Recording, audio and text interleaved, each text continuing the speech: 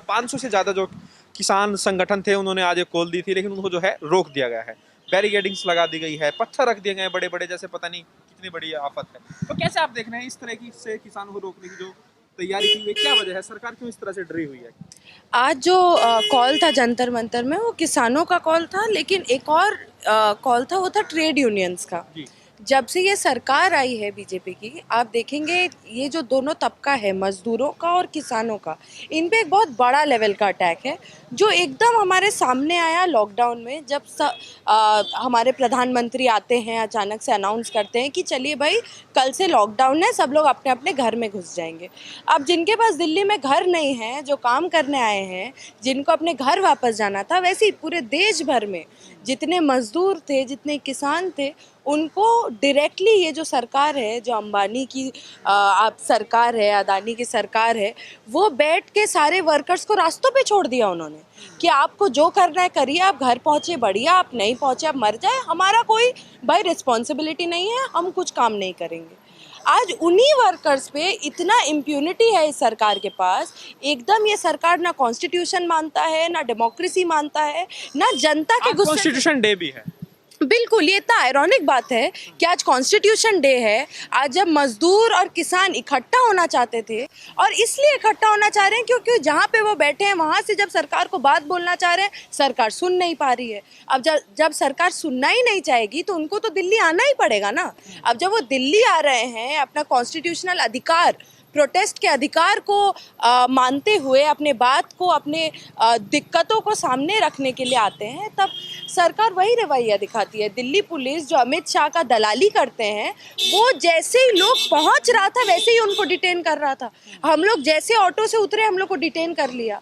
कोई लीगैलिटी नहीं है इसमें। ये लोग साफ साफ बोल रहा है कि देखिए आपका हक भी छीनेंगे, आपको आवाज़ भी नहीं उठाने देंगे, आपको जो करना है आप कर लीजिए।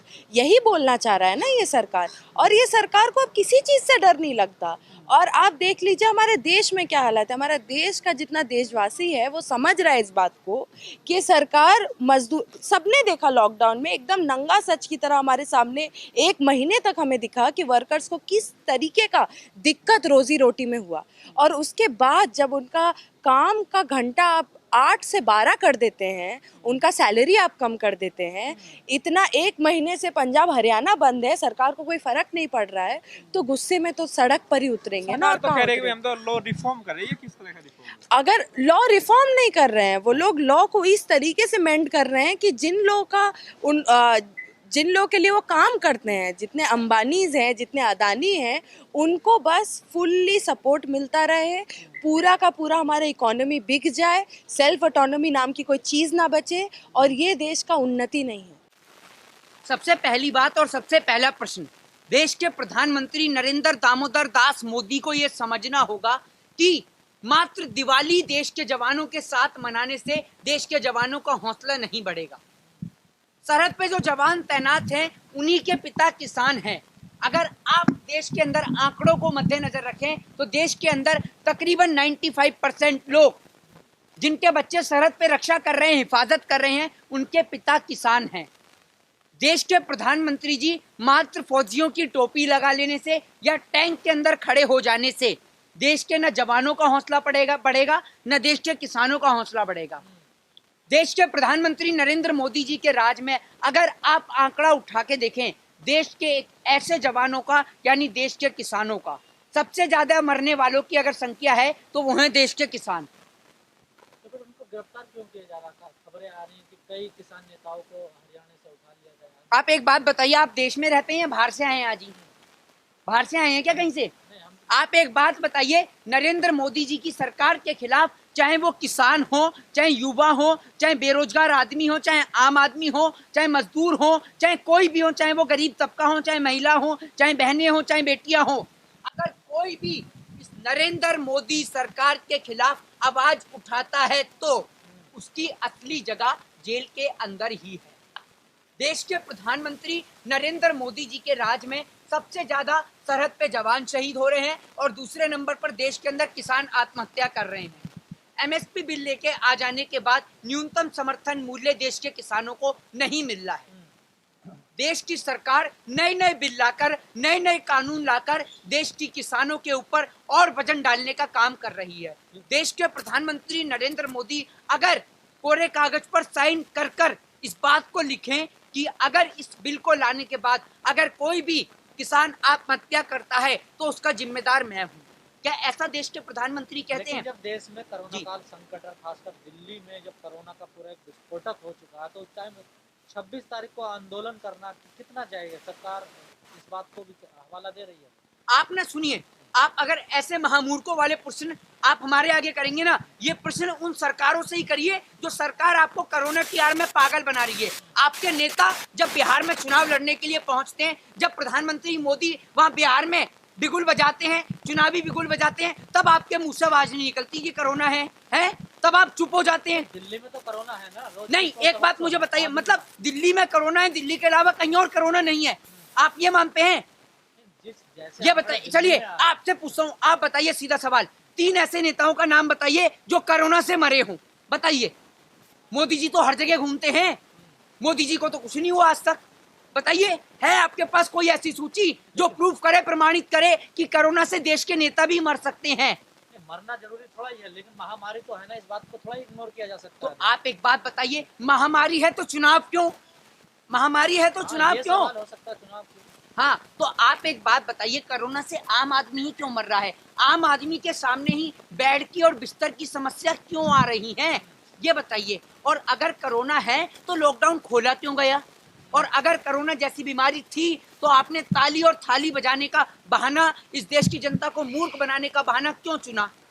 और दूसरी बात, आप एक बात बताइए, जब देश का किसान 26 तारीख को दिल्ली आने की सोच रहा है, तभी आप लोग सोच रहे हैं कि लॉकडाउन लगा दिया जाए। तो क्या किसानों की वजह से लॉकडाउन लगा? बिल्कुल निश्चित तौर पे होगा। अगर किसानों को आप आने से रोकेंगे, उसकी आवाज को रोकेंगे, तो निश्चित तौर पे किसके लिए हो रहा है, ये बताइए? किसानों के लिए। किसानों के लिए ही हो रहा है। वरना आप एक बात बताइए, इतनी सारी तमाम बड़ी बड़ी जगहों पर आपको भाजपा के नेता नजर आते हैं, प्रचार, चुनावी प्रचार करते हुए नजर आते हैं। और सबसे बड़ी बात, आप एक बात बताइए, आपने भारतीय जनता पार्टी का कार्यालय दिल्ली में भी है। जब बिहार के अंदर सरकार बनती है और यही भाजपा जब यहाँ पर जश्न मनाती है, आपने जाकर अपना माइक ले जाके पूछा उनसे, पूछा आपने एक बार भी कि दिल्ली में कोरोना है और आपने इतने सारे लोगों की भीड़ जोड़ दी? पूछा आपने एक बार भी? सवाल तो खड़े हुए उनकी मीटिंग को लेकर भी उन्होंने। सवाल खड़े हुए और बैठ गए, बस। कोरोना की आड़ में देश के अंदर सिर्फ और कुछ नहीं, ये मास्कों की दलाली खा रहे हैं, पीपी किट की दलाली खा रहे हैं, ऑर्गन पार्ट्स की दलाली खा रहे हैं, और कोई काम इस देश के अंदर नहीं हो रहा। ह्यूमन ट्रैफिकिंग, ऑर्गन पार्ट्स का एक बहुत बड़ा रैकेट इस देश के अंदर चलाया जा रहा है। एक आम आदमी को कोरोना के आड़ में किसानों की आवाज को दबाने की कोशिश कर रहे सकते निश्चित तौर पे आपको दिखता नहीं है क्या? एक बात बताइए कि जब आप अपना चुनावी प्रचार कर सकते हैं, जब आप जीत का जश्न मना सकते हैं, तो क्या किसान अपनी आवाज नहीं उठा सकता? वो किसान जो जब खेत के अंदर अनाज पैदा करता है, तब आपका और मेरा दोनों का घर चलता है। अगर वो किसान खेत में अनाज पैदा करना बंद कर दें तो आप भी भूखे मर जाएंगे और मैं भी भूखा मर जाऊंगा। एक जवान वो है जो सरहद पर देश की हिफाजत करता है, वो भी जवान अपने देश की बखूबी हिफाजत कर रहा है, लेकिन आज उसी का पिता आज भूखा मरने को बेबस है, लाचार है। आज उसी जवान का पिता आत्महत्या करने को मजबूर है, क्योंकि उसके लिए वो फसल, वो लहराती हुई फसल, वो अनाज उसके लिए सोने के समान है, वो मूल्य उसका सोने के समान है। ये बड़े बड़े नेताओं के लिए जिस तरीके से उनकी कुर्सी प्यारी होती है ना, इस देश के किसानों के लिए उनकी कुर्सी नहीं, उनका अनाज उनके लिए सबसे प्यारा है। उन्हें अपने अनाज से प्रेम है, और ये किसान विरोधी नरेंद्र मोदी सरकार इस देश से अब जानी पड़ेगी। ये ईवीएम में कभी घोटाला करते हैं, तो कभी वोटों में घोटाला करते हैं, तो कभी जहां इनकी सरकार नहीं बनती वहां नोटों के जरिए सरकार बनाती हैं। ये नरेंद्र मोदी सरकार, ये भाजपा विरोधी सरकार, ये भाजपा की सरकार जो किसानों को मारने का, उनके ऊपर आरोप प्रत्यारोपण करने का, उनके ऊपर अत्याचार करने का बखूबी कार्य कर रही है। एक ऐसी सरकार को आपको और हमें दोनों को मिलकर इस देश से भगाना है। नहीं, आपको क्यों लग रहा है जो कानून आ रहा है, जो आया है कानून, वो किसान विरोधी कानून है?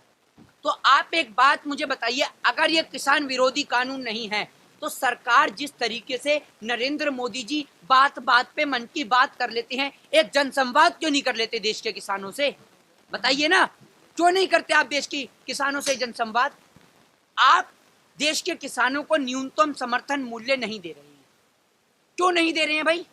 आपने सिर्फ बड़े बड़े व्यापारियों और उद्योगपतियों के मारे इस देश के किसान के ऊपर एक भारी पत्थर इनकी कमर के, इनकी पीठ के ऊपर लाके रख दिया है, ताकि आपके व्यापारिक मित्र अंबानी और अडानी को फायदा मिल सके, बस इसलिए।